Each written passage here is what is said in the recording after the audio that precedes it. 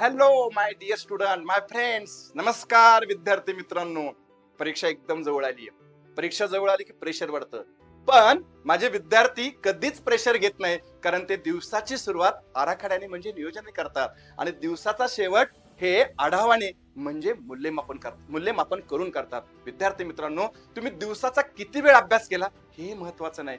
दिवसात कोणता अभ्यास केला, कोणत्या वेळात केला याचा प्लॅन तुमच्याकडे असतो का? या प्लॅन प्रमाणे जर अभ्यास केला तर परीक्षेची भीती कमी होते आणि कमी वेळात जास्त परिणामकारक अभ्यास होतो. आणि म्हणून विद्यार्थी मित्रांनो, दिवसाची सुरुवात ही आराखड्याने करा. सकाळी उठल्यानंतर पहिले 15 ते 20 मिनिटं एक पेपर घ्या. त्या पेपरवरती लिहून काढा, आज मी कोणत्या विषयाचा अभ्यास करणार, कोणत्या विषयाचा पेपर सोडवणार, कोणत्या वेळात करणार, मी सेल्फ इव्हॅल्युएशन कोणत्या वेळात करणार, मी रिव्हिजन कोणत्या वेळात करणार, कशा पद्धतीने करणार, कोणत्या टॉपिकची करणार, हे सगळं लिहून काढा.